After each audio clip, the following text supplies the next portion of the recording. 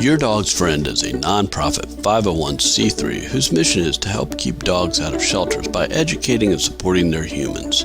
We promote positive method of training and behavior modification through stress-free methods. As part of that mission, we offer free webinars like the one you're about to watch. Subjects range from dog behavior, stress-free training, and other tools to help you understand your relationship with your dog. If you liked the webinar, be sure to give us a thumbs up. Click the notification bell and subscribe to our channel. By subscribing, you'll be notified when future videos are posted. Now enjoy the webinar. So hi everyone, welcome to today's webinar, Managing Behavior During Exercise Restrictions, sponsored by Your Dog's Friend, a nonprofit 501c3 whose mission is to help keep dogs out of shelters by educating and supporting their humans. Since 2006, we have been promoting the use of positive dog training methods by hosting free webinars like this one, posting valuable resources on our website, offering affordable training classes in person and online, and providing free advice and referrals. Our speaker today is Joyce Loebig. Joyce is the owner of Rewards Dog Training, servicing parts of the Washington, D.C. metro area. Joyce is certified from the Karen Pryor Academy, is also a certified professional dog trainer, knowledge assessed, a certified separation anxiety pro, and a fear-free certified professional. She has taught at Your Dog's Friend for over 5 years and works with private clients. Joyce recently lived through this challenge managing her own young dog during months of medically necessary limited exercise. Before we begin, I'd like to remind you that Your Dog's Friend is a nonprofit. So if you find this webinar helpful, please consider making a donation to help support these free webinars and other free resources that we offer. If you'd like to donate, you can visit our website at yourdogsfriend.org and click on the donate button in the upper right-hand corner. We really appreciate any support. So with no further ado, let's get started with today's webinar. So over to you, Joyce. Okay, thanks, Carrie. So what we're going to cover today is a little bit about my story. Carrie mentioned it a little bit in the introduction. Working with your veterinarian, planning how you can plan for things if you can, adjusting the environment for you and for your dog as needed, activities for enrichment and to combat boredom, which will be maybe some of the most important things you think about doing if your dog is really being restricted. And then of course, we'll take questions at the end. So a little bit about my story here. My dog is the one on the right in the picture, the hound. And he was 18 months old. He tested, not 188 months old, 18 months old, and tested positive for heartworm. It's a long story, but he was on preventatives. We didn't know that when we adopted him, that he was heartworm positive. Anyway, so we had him for about a year. He was, heartworm treatment involves pretty strict restrictions on exercise. They started right away. He had been used to a lot of activity, dog play every day with dog friends, fetch, vigorous tug games, which he loved, walking any time of the day for any duration. And immediately we had to stop all play, all vigorous running. No running was allowed at all. He was allowed longer walks at first. But they had to be all on leash. We couldn't let him off leash at all when he was walking. Then after 2 months of that, when treatment started, we had 3 more months with more limitations, no play, running, jumping at all, 2 small, short, slow leash walks per day, leash walked in the yard only, could not be off leash, stairs once or twice a day on leash, walking slowly. And he was allowed to walk around the room. He did not have to be crated the whole time. So we were fortunate for that, but that was our story. Now, all of you might have different restrictions for your dogs, but that's what we faced. So I did live through this, and I'll talk about sort of things you can do to help you and your dog, and I'll summarize at the end all the things that we did to help our dog through it.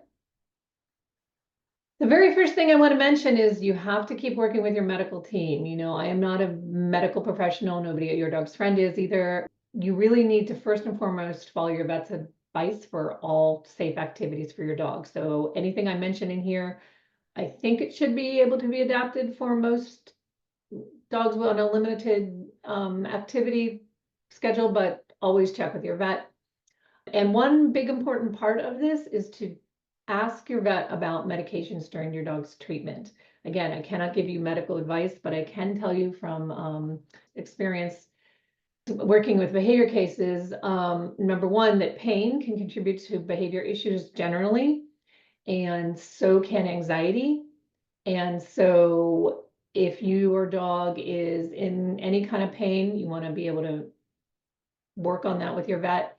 If they are anxious because maybe they're in a neck collar or they've got a leg brace or something on, or they can't do the normal activity, it might make them anxious.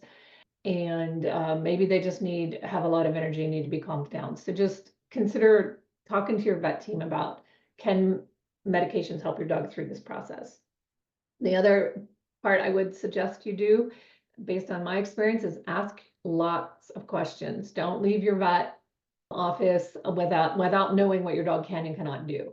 If you don't know, ask again and get very clear answers. We were lucky to be able to get that from our vet. I heard from other people working on through some of this that their vet's instructions were not always clear. So just be really adamant about that. So first suggestion is, if you know ahead of time that your dog's going to have some restrictions, physical restrictions, plan ahead. Sometimes you don't. Things happen, accidents happen. You don't always know what you're going to need.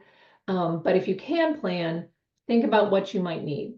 So gates, pens, or a crate, maybe, if your dog has to be in a more limited area than they used to be. Food toys for enrichment to help give them something to do, bones, other enrichment items. We're going to talk about some of that. If your dog has to be leashed more, maybe even walking around the house on a leash, maybe keep extra leashes around so you can always clip one to your dog. Maybe non-slip rugs if their footing is not what it used to be, or if they just need to be very careful about slipping. And then also check with your vet about, will you need lower calorie food options? Because if they're restricted exercise and movement, you don't want them putting on weight necessarily. So just check with that. Another thing to think about is, are they going to be confined? And if they are going to be confined, are they already comfortable with that?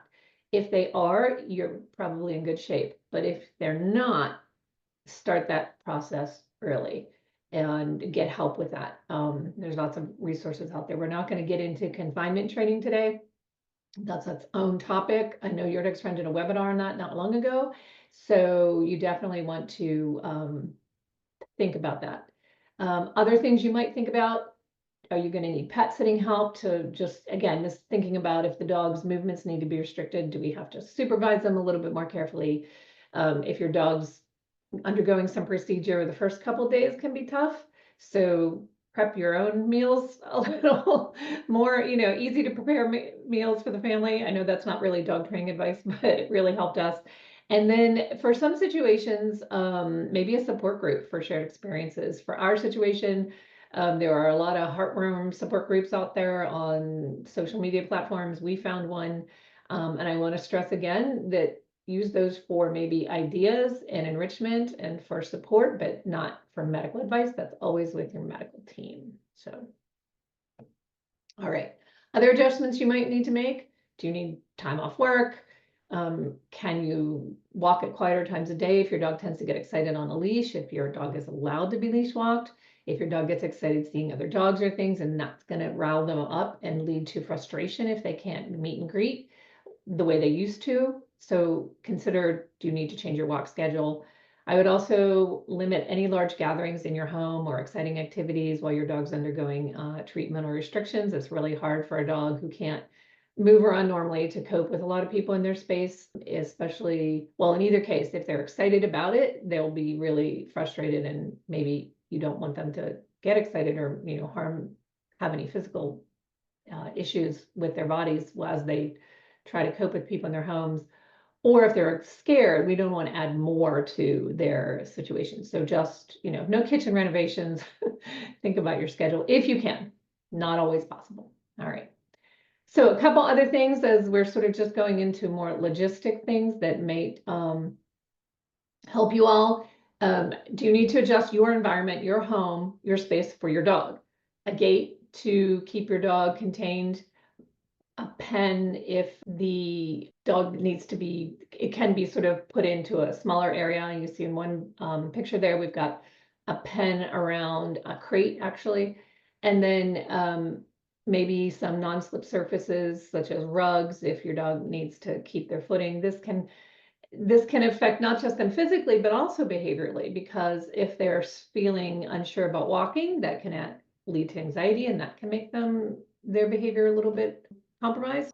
Or if they slip and fall, they could get really excited and start running again. So you really want to make sure that you think about what your dog is going to need in the space in your home.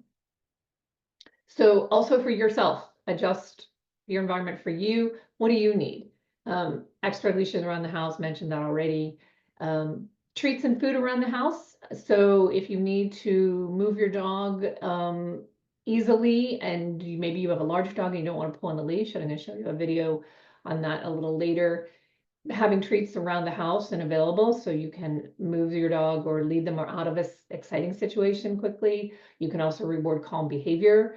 So have that ready. Maybe you need gates or crates or pens in different rooms. So you could supervise your dog in the office, but also move your dog to the living room and still contain them. And it'll vary for everybody. And one thing I would suggest is to always have a filled food toy, such as Kongs, and another brand is a Westpaw Topple toy in the freezer, ready to go. So you can use that for enrichment. Make that a daily activity for you all. Okay, so I just want to mention something else, that there is a whole subject of cooperative care for treatment and recovery for vet and husbandry care for dogs. We are not going to cover that today. That is our scope for today. But that might include things like confinement or crate training. It might be handlings for checkups or treatment. Again, comfortable with a cone or collar that to prevent them from getting to a wound or something like that. My recommendation on that is to start long before you need it. You can work with a trainer. Your Dog's Friend has a resource list for that. Your Dog's Friend has webinars on some of these topics. There was a crate training one not too long ago, and I do believe there's done some cooperative care ones. There's another website and program called Fear Free Pets, which has a lot of good resources for you.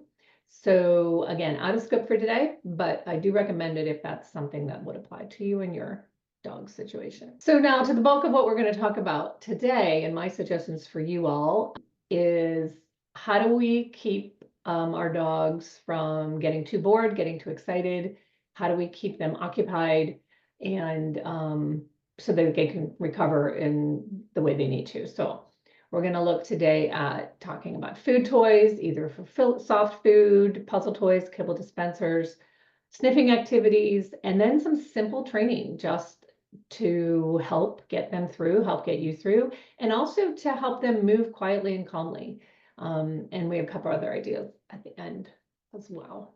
And I just want to make another note that I'm not a nutritionist, but to avoid extra calories, because again, if your dog's restricted, you can use your dog's meal portions for enrichment, so they're not getting extra calories. We recommend this to our, just basic training clients all the time. As you use food in training or for handling or for any reason, you might want to make sure they don't get too much.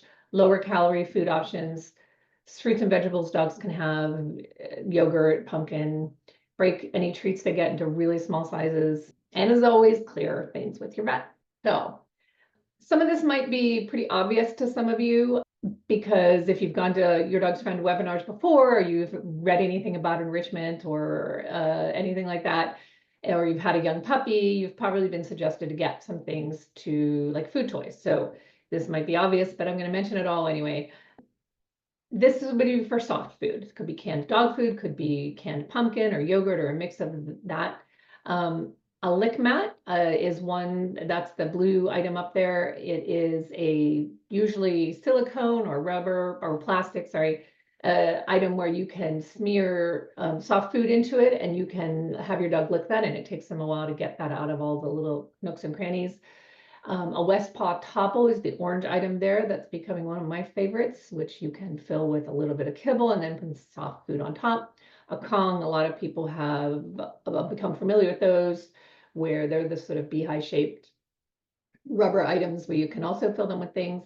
There's another option that we used, we found this Popsicle brand. I have no affiliation with them whatsoever, but it really helped for our dog, where you fill it with this in this mold, and then you freeze it and you put that into their own special, they have their own proprietary little toy container where you put the frozen popsicle mold into it, and the dog can lick through that, and it can take a while. We did a lot of those. So that was helpful for us. So, and one thing I will say, freezing some of these items, having them in the freezer all the time makes them last longer.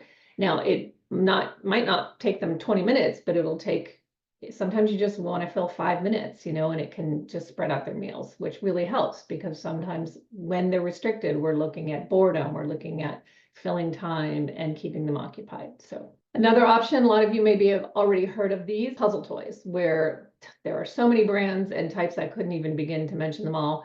There's different ones where the dog has to push a lever or paw something away or move different parts or pick pieces up and get kibble or pieces of food from underneath them. There are so many, and this may or may not be appropriate for your dog. Some of them can be manipulated just with the dog using their nose to push the item around to get to the food, or maybe just a little bit of a paw movement. And that might be okay with your dog. Again, if your dog is crate confined, you could probably find one where there's just mostly using their nose, or maybe just a little bit of paw movement. They're allowed to walk around a little bit and allowed to be on 3 legs. Some of them that might not be great for them. So maybe that's not a good option, but it's something to consider. And again, you want to just check with if you have to check with your vet, go right ahead, but also know your dog. For us, we took away all kibble dispensers. We did puzzle toys, but not kibble dispensers. My dog was too excited by them, so we took them away for him. But another thing is, you can also make your own. If you don't have some puzzle toys already, or you do, but you're looking for variety, there's a couple other things you can do. One thing you can do is get an old muffin tin and some tennis balls, or just other toys. And you can place a piece of food in the containers, the compartments of the muffin tin, and put tennis balls on top of them. And then your dog can move the tennis ball away to get the food. So I get a video on this. This is from some years ago with a little bit of an older dog. And I like this video. It might look like kind of a boring video, but I like to include it because this dog didn't really know what to do. And that might be the case. Maybe you need to help your dog figure this out at first.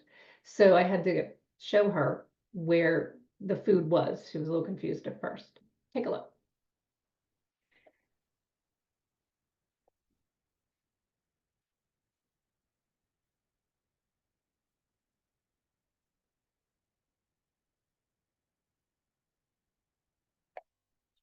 There's food in there. Come here.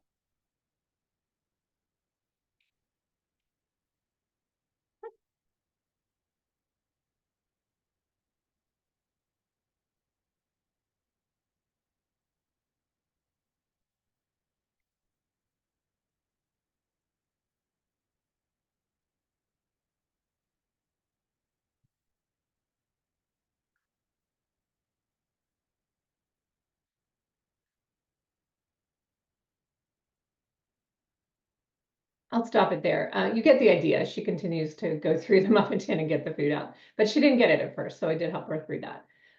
This could be something if your dog, again, is crate confined or pen confined. They could probably do this with their nose, just push those tennis balls out of the way.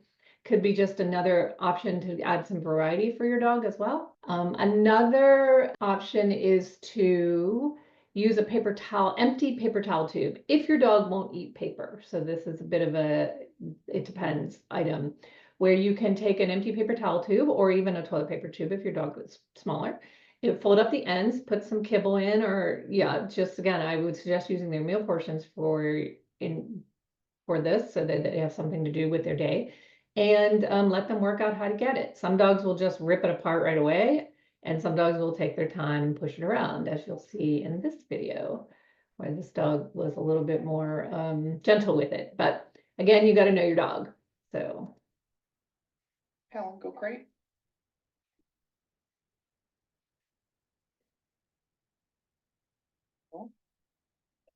Take it. Okay. Okay, go for it.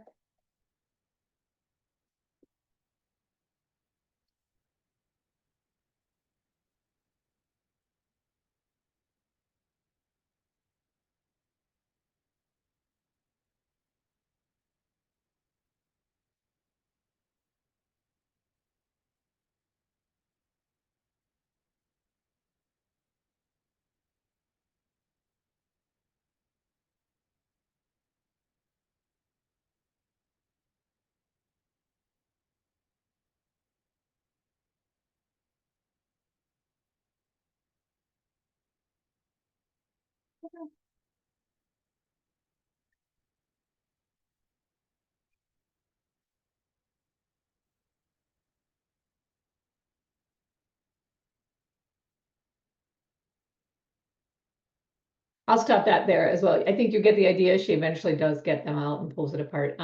You could even, if she was really confused, you could have opened up one end and kind of showed her that the kibble or treats were there. So then she would have some idea. Then the next time she gets something like this, she would know a little bit more what to do. Okay.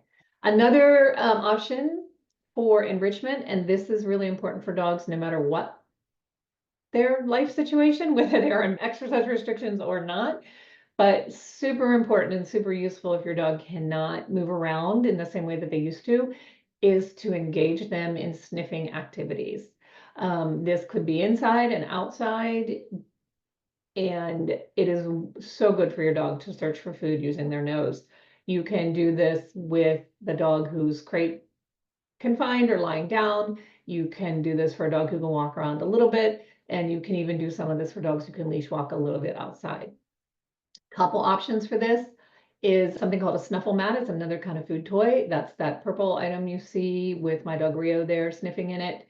It is, sometimes you see plastic ones as well. The fleece ones though have these pieces of material coming out of it, and you can hide kibble in there and treats, and they have to sniff for them. You can hide them really well. You can sprinkle them on top. You can vary the complexity of that for your dog.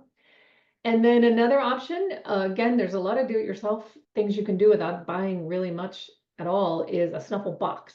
Again, this is for a dog who maybe can move around a little and isn't going to rip up the paper or isn't going to start hopping around too much. Well, you just take an empty box. You can fill it with any number of things. It could be crumpled newspapers. It could be toys. It could be a mix of items, anything to just make them sniff. Old rags, old towels, sniff for some food. Super useful. We did this quite a lot. Here's our snuffle box. This is Rio in a snuffle box. Hey.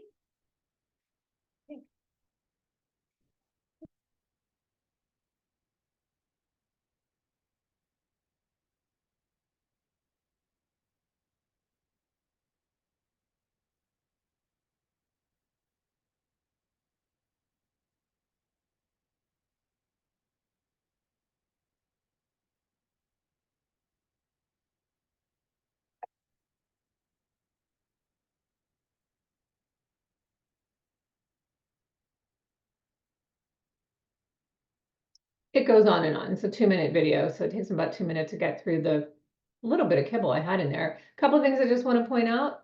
I'm choosing for him a box that he doesn't have to hop into, easy for him to access it. So again, you got to think about your dog and your situation and make sure whatever you give them is accessible and they're physically okay to do it.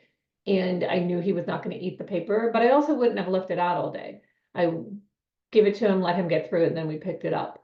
Because I didn't want him to get so bored and start ripping up paper, right? He was pretty much past that at that stage, but you just want to be mindful of that. So maybe you could fill it with old towels or something like that.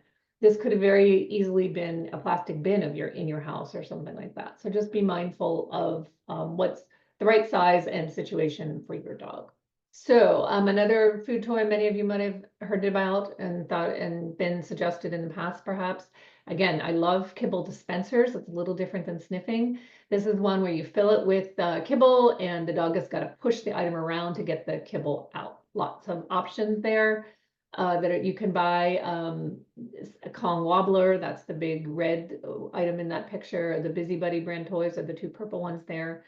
There's another one called the Bobble-Lot, a Star Mark brand Bobble-Lot.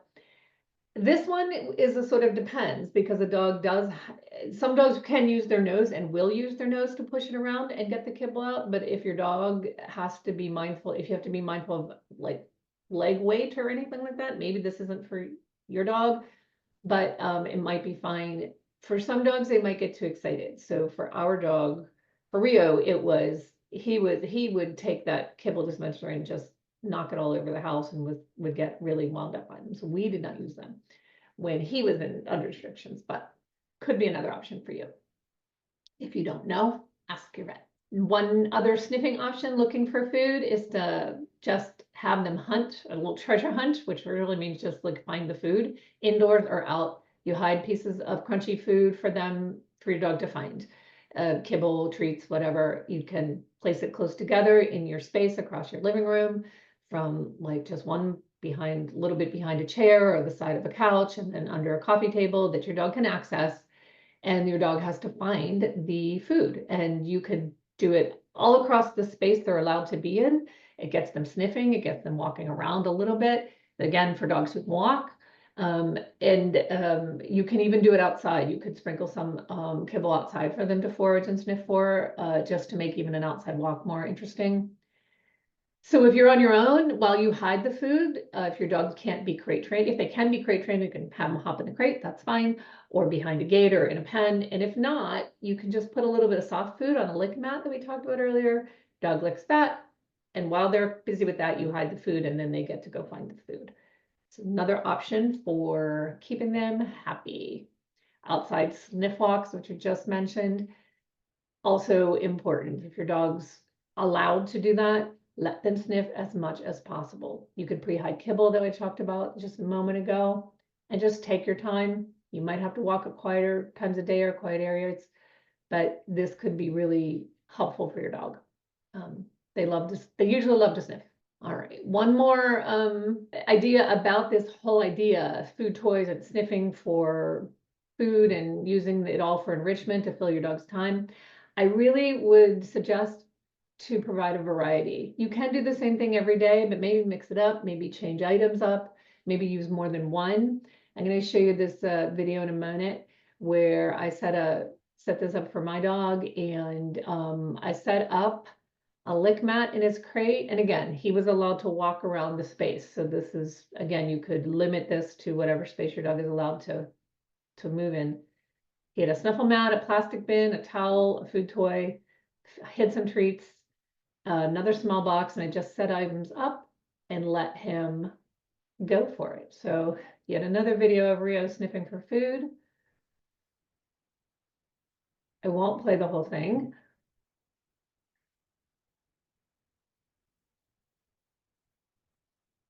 Started in the towel. I think I had a food toy over there. I think that's what that is. Yeah.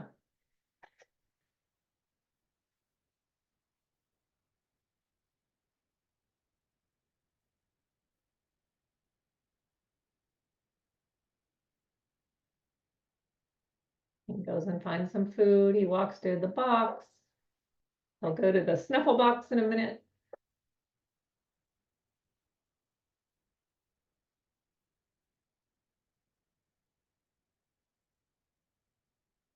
All right. I'm going to skip around this video because it's really just Rio walking around sniffing and eating food. I think I had to distract him again to hide some more, maybe there.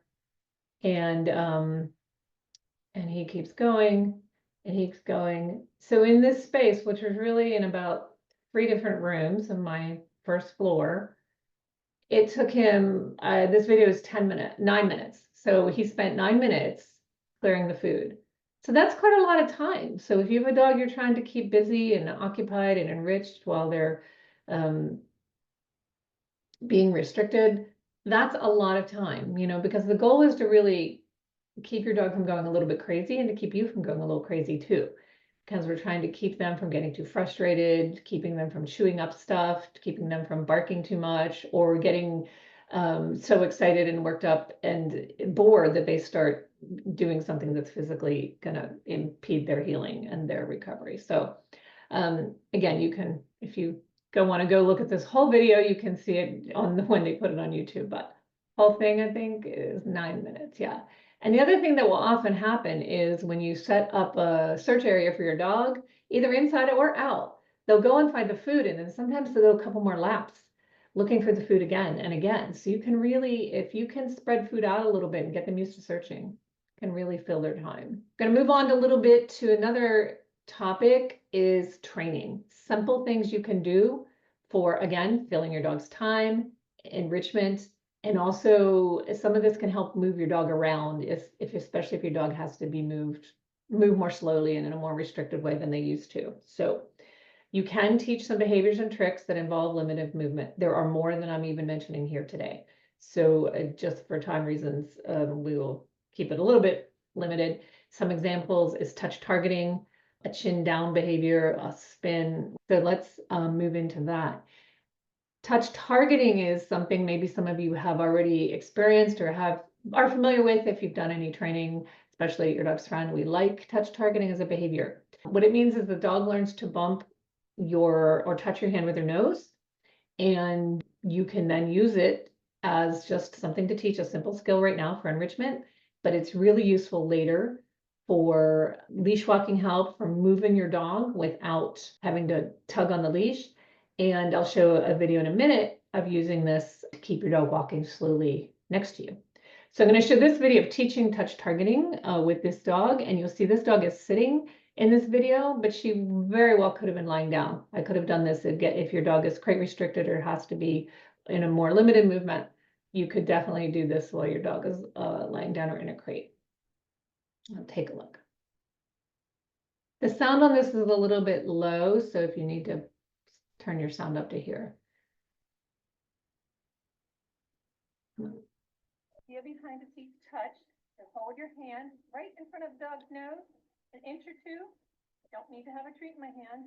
When they bump my hand with their nose, step, and mark, and give a treat. I'm going to repeat that a few times.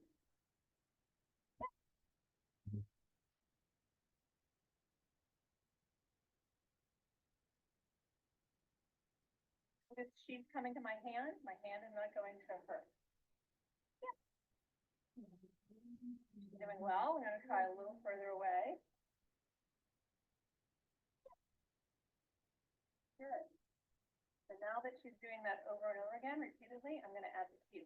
Didn't want to add it too early in case she wasn't doing the behavioral one. So it will be cut.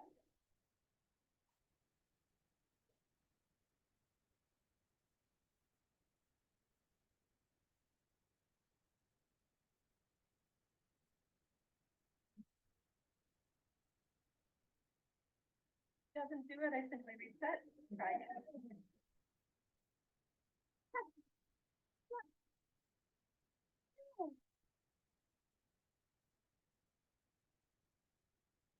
Try it in different directions.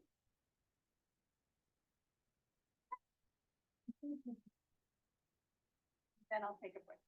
Doesn't involve a lot of movement. It can, but it doesn't have to. So I want to show another video of using touch targeting to keep your dog walking next to you at a slower pace. So again, if your dog is used to walking really fast or really pulls a lot on a leash, but you need that to be a little bit more limited while they're recovering, you can use touch targeting to help stay at your side. You could use this whether your dog's under exercise restrictions or not. It's actually a nice leash walking skill. Take a look.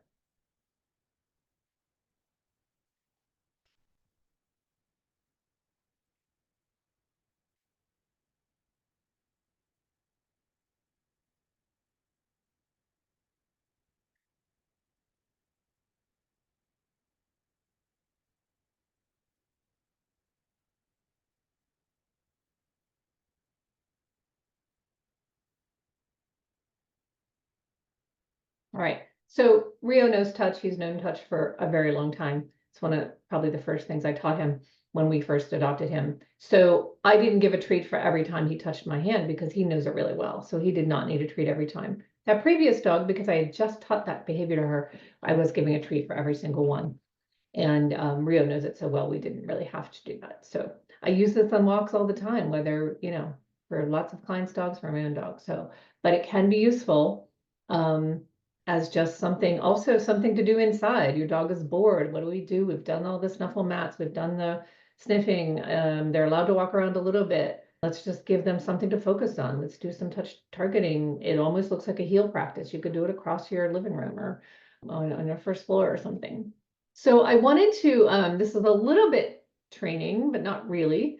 When I set out to do this video, I was thinking I was going to do touch to get up and down the steps, and it ended up being like a lot harder than I thought it would be, because Rio tends to charge up steps, but also your own hands have a lot to do there. So I was thinking, well, what would work better is to just use a food lure. So again, this is about not so much enrichment, but managing behavior, keeping your dog from bounding up and down, and also giving them something to focus on, is to use food, a lure placed right at their nose, and just lure them along at the pace that you want them or need them to walk.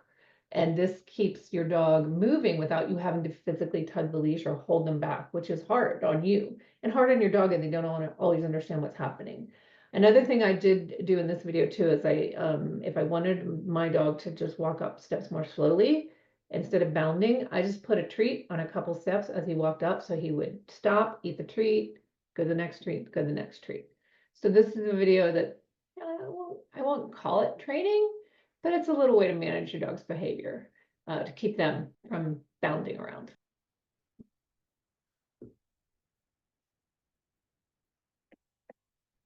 There, I'm just luring him at the steps so he walks up nice and slowly, because he's following the food.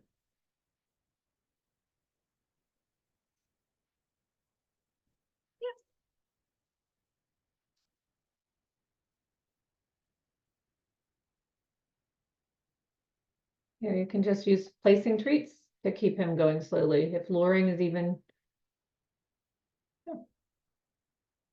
and then he doesn't go rushing. Also keeps him focused on me a little bit. They're looking around. So it does can lead into a training focus exercise. And some of this might depend on the kind of training or background in training your dog has already. Some dogs might already know to walk slowly at your side on a cue. Some dogs might not. So you can use some of this to adapt to your situation. Another idea is to teach just some simple tricks. Again, this keep your dog kind of happy and occupied. This one is just a chin down or a chin rest behavior. You're just teaching your dog to put their chin on your leg or on the ground. I use a food lure to start, and then I add a cue. This behavior is a simple movement for your dog, head down. So definitely dogs who are need to lie down or crate confined could do this kind of thing, or dogs who can't stand very long definitely learn this behavior. Treat in my hand, and then lure her to the ground, her nose down. Click when her nose, her chin gets close to the ground. Lure with food. Click when her chin gets close to the ground. Okay. Good girl. I'm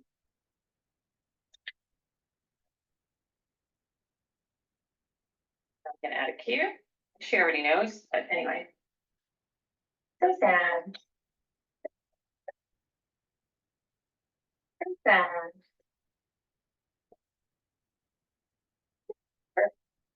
So sad.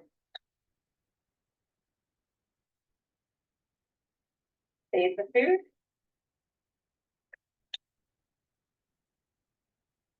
So click when her chin hits the ground. So sad.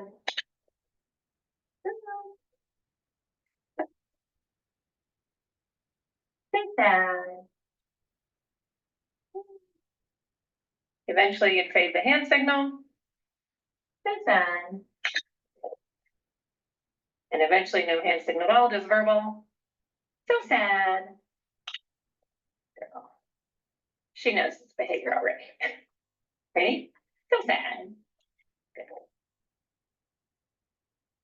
You can do a similar thing and have her trust her chin on your leg. She knows this also. I'll try to show that. Back to a food lure. Lure her over my leg. be when her chin hits my leg.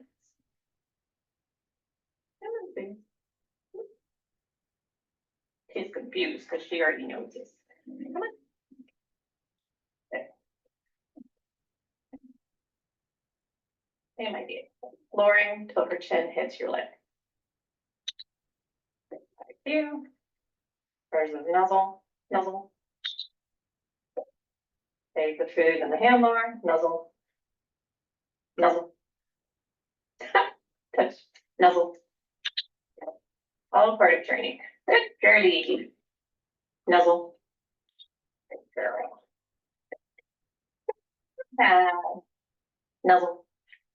Good girl. Yes, it's good girl. So I made that video to demo a trick at some point. I always like to kind of tell people when dogs already know a behavior, because it doesn't always get taught as fast as a lot of the videos you see online. Sometimes it does. That's the two tricks and with one head movement down, actually. The chin rest can also be used for cooperative care to get a dog comfortable with some handling for cooperative care and husbandry care. Again, out of scope for today. And then you could teach a chin rest instead of on your leg or on the ground. You could teach it onto a towel or on like cupped in your hand.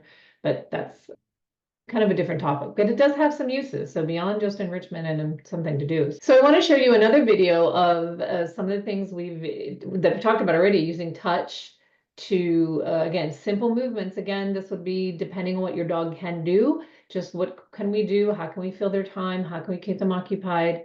And using touch while your dog is lying down. And also how can you can use touch to start to prompt or teach a spin behavior. And also using touch to get your dog to just stand up. Again, simple movements, if they're allowed to do that kind of thing, all using a really, really simple behavior.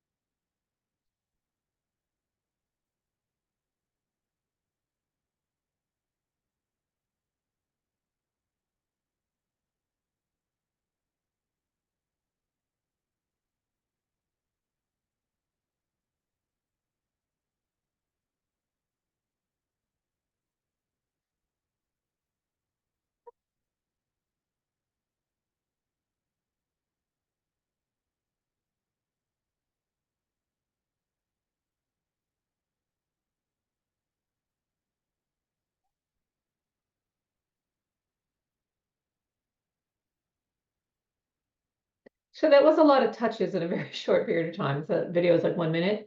I didn't count how many times I said touch, but it was a lot. Not all dogs are going to want to touch that many times in a minute. Some dogs don't love that behavior. Again, Rio knows that he's fine with it. And I did mix it up a little bit. So, but we filled a minute. Some other ideas for heading off boredom, keeping your dog occupied. If they have to have restricted exercise, bones or chews that your dog's allowed to have. So some different vets recommend different things for dogs that they like a dog to have or not like a dog to have. So if your vet has restrictions or recommendations, definitely follow that. But things they could have, there's bully sticks, compressed cheese sticks may or may not be an option. We did have a situation where our dog swallowed a piece of one. So that's another, it depends one. They sell holders for them, so you could try that. There's something called bento bones. That's what two of those bones are in my picture there. The other one's like a hoof of some animal I bought at our local vet store.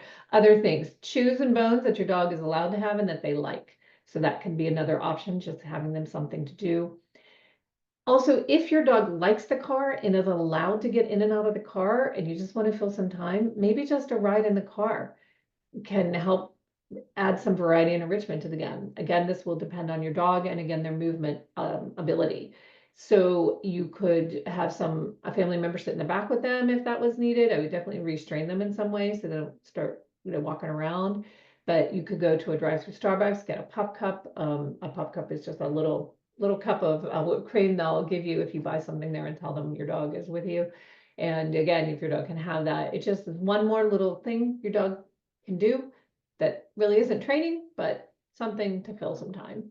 Other options or just other thoughts on the whole thing is that short but frequent activities or training sessions can help break up the day.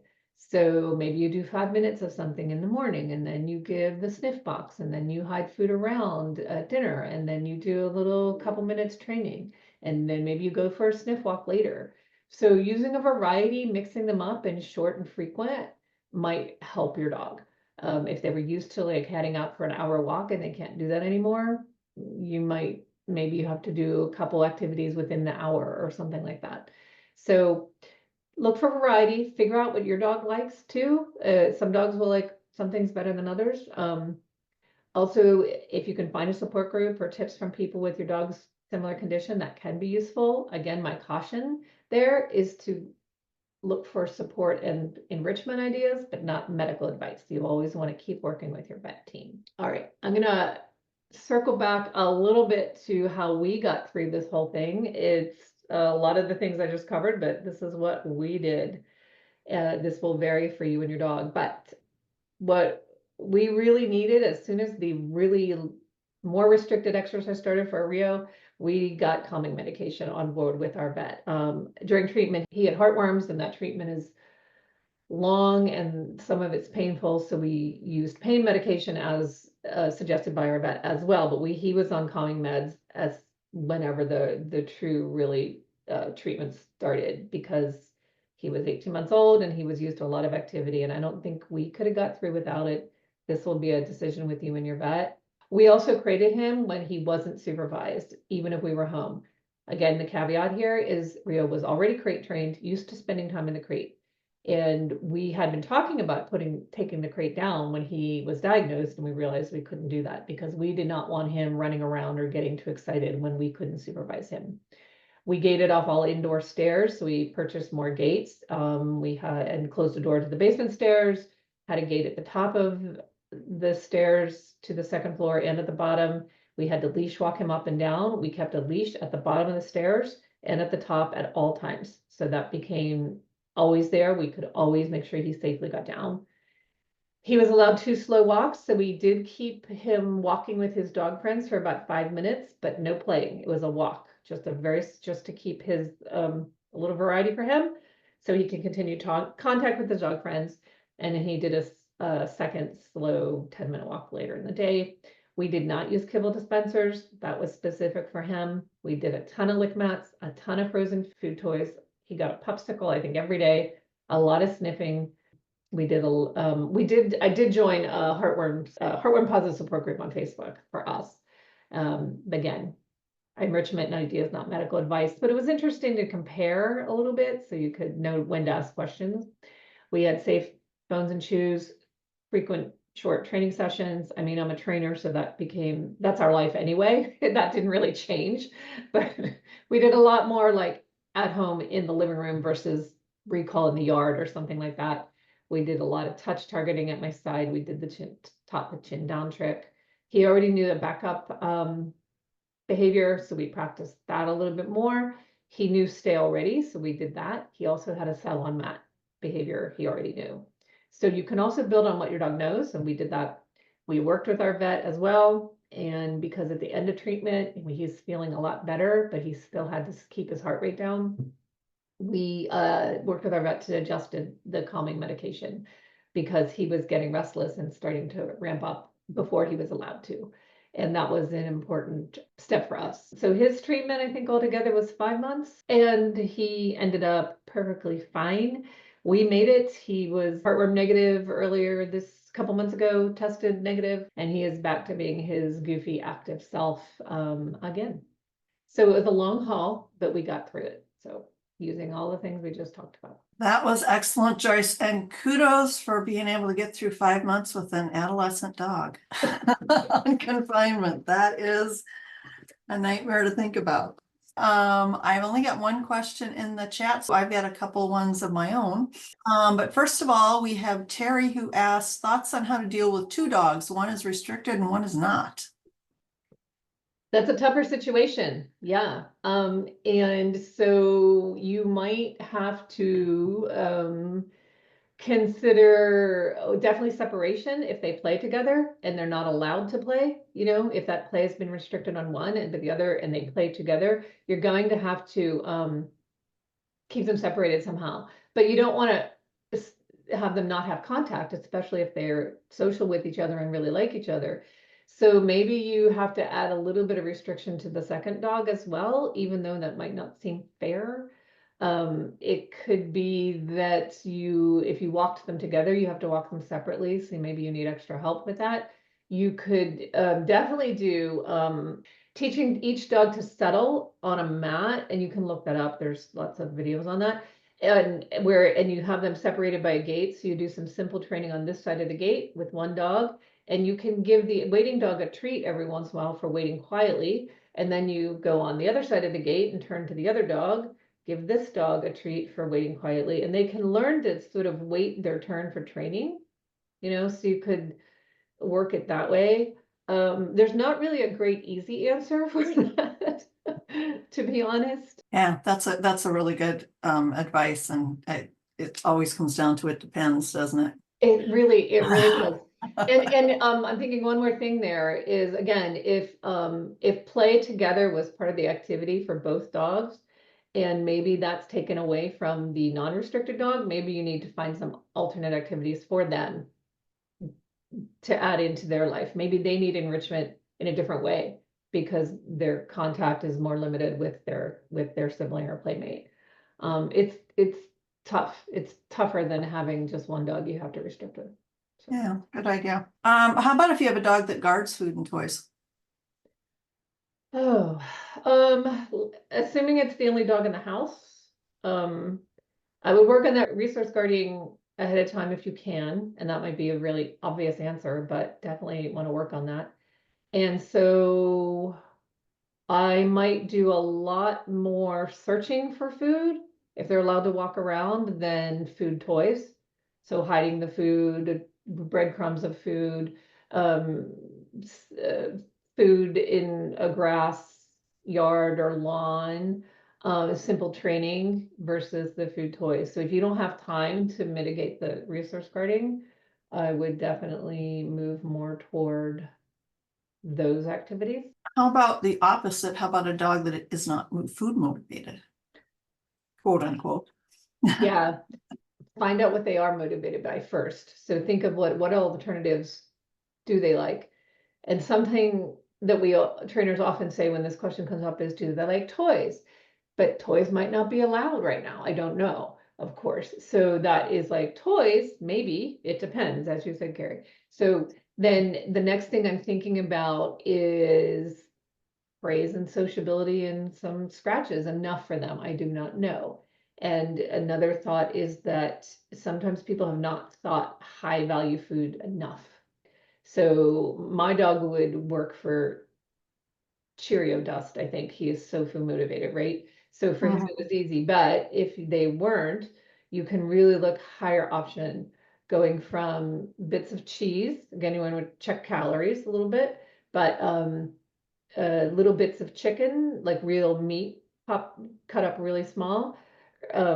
There's some dog training treats and dog foods that I use for training for my clients and students that are really high value. Tricky trainers, soft and chewy are really, the dogs really like it. Again, if you want to get away from treats and stay with food, again, for calories, there's two other types that I use. Is called a Real Meat brand, dried dog food. Another one is Ziwi Peak, like a kiwi, but it says Ziwi Peak dried dog food. It's not cheap, but it's usually highly motivating. And then try that. Maybe you could put a little bit of chicken broth on some kibble to make a food toy more, you know what I mean? Think of ways you could add some flavor to it. Canned dog food. Sometimes cat food is really motivating to dogs. So did you see with your dog, did you find that there were things that you were glad that he knew ahead of time so that you could use them versus super fun to teach because he didn't know it at all ahead of time? Okay, I'll answer the first part. The second part first. Yes. Super glad he knew touch and that he was crate trained. And those are just off the bat the two things that I think were like really key. It was useful that he knew stay so that we could keep him from bolting upstairs occasionally when the gate was open, or you know what I mean? Like, so, or Mhm. he would respond to his name. So those were useful, I'd say. But the key ones were touch and being crate trained. And so in terms of him getting bored, he did get bored, especially at the end when he was feeling better. And the things that helped more for that were walking in a different direction. And again, he could only go 10 minutes, so we could only really loop so many directions in our house. But maybe we would go the opposite way, or we would do some food outside. Toward the end, we did cheat a little bit, I have to say, and we snuck out a third 5-minute walk, you know, just to kind of keep it going. Liz mentioned she's thinking of training activities that don't require a lot of movement, which might be useful. So she was thinking of like teaching them to identify objects and toys by name. That would be a good one, actually. And another one that I should have mentioned, I meant to actually include that, is paw targeting. There's lots of videos out there on paw targeting, and that can be a limited movement. Again, it depends on what your dog is allowed to put their weight on, but it teaches your dog to tap something with their paw. So. How about, are there any additional activities or concerns if you have either a young puppy that needs to be confined or like a dog with special needs, senior, blind or deaf, any kind of things that people should kind of watch out for? For puppies, I would worry most about socialization limitations because I'll kind of pop into that subject for a little bit. Puppies are most open to learning in the world up till about 16 weeks of age. And if you have a puppy who's got a really limited or medical issue in that time, they might not be able to get out as much and get exposed to things in a positive way that is most optimal to do in that socialization window. So that would be something I would be concerned about with young puppies. But you can socialize in a safer way because you can socialize without interacting. So you could maybe take your pup, again, if they're allowed to go in the car, to a park, just have them on a leash and have them watch different dogs go by, but not interact. You might have to keep people away and be like, do not approach, like having a variety of people come by, but you'd have to watch, you'd have to balance that with the excitement level. So you have to manage, you always have to meet their medical needs because that's safety, you know, but their Mhm. behavior needs and socialization is something. So you could work with a trainer on that. But there are ways to manage that. I put a plug in for a book that I love called Puppy Socialization, What It Is and How to Do It. So I think Eileen Anderson and Marge Rogers, and they believe they have a chapter on socialization for dogs with medical needs. So I think Have there's, that on my shelf. This is yeah, this. very good. Yes. Yeah. So they have a website too, that you can, with some information on. So for an older puppy, like an adolescent, it's really the energy level and boredom and the sort of natural chewing and extra energy stuff that comes anyway with adolescence is difficult to manage. And I'm going back to variety and the medication, like, to be honest. For special needs dogs who are like deaf or blind or senior dogs, I would say you just want to be aware of, you might not have as many concerns about them as it's something you have to worry about so much, but I would think more about predictability and anxiety. If some part of their sensory experience is limited, or even really fearful dogs too, or timid dogs, you know, predictability and routine is super important. And if that's then changed, that could be something that could be concerning. So I would be maybe thinking in terms of learning what anxiety looks like, or maybe preemptively thinking ahead. Okay, they're going to have X procedure and they typically go out the door this way, but that won't be possible. Start practicing it before the procedure if you can. Again, work with your vet on what's allowed and yeah. All excellent ideas. Fiona's dog has started reacting to cars or bikes passing by, which he didn't before. Is there anything they can do about that for a dog who needs to be confined? That's a good question. Oh, yeah, it could be, I would think in terms of make sure that pain is not impacting his behavior in any way. And so because dogs who are in pain can be more reactive to life generally, so just kind of take a look at that. Think about if dogs feel more limited in their movements or whatever, they might need more space than you typically have needed. So I would definitely give him more space than you would normally think to do. And you can try to walk at quieter areas or spaces that don't have as much of the environment he's reacting to. If that's not possible, I would look into the whole reactive dog training world and take a lot of cues from that. There's a lot of information online about that. We have classes on that. There's online reactive dog classes, I think, at Your Dog's Friend. Yeah, I think so. So, then I would perhaps, again, is it anxiety as well? So working with your vet team to see if there's options. And can you do more indoor exercise to replace some of the walks so he's less exposed? Yeah, and see how that goes. Yeah, that would be my thought as well, is do you need to walk him Yeah, for this period of time, or can you work in the yard or work inside on more mental enrichment versus the walks, especially during the time when he needs to be confined. Let's see, I think that is our last question. So thank you so much, Joyce. We appreciate you coming on and offering words of wisdom. Thanks to everybody who joined us today. We're glad you chose to spend your afternoon with us. Again, if you'd like to donate to Your Dog's Friend, please go to yourdogsfriend.org and click on the donate button. And thank you, everybody.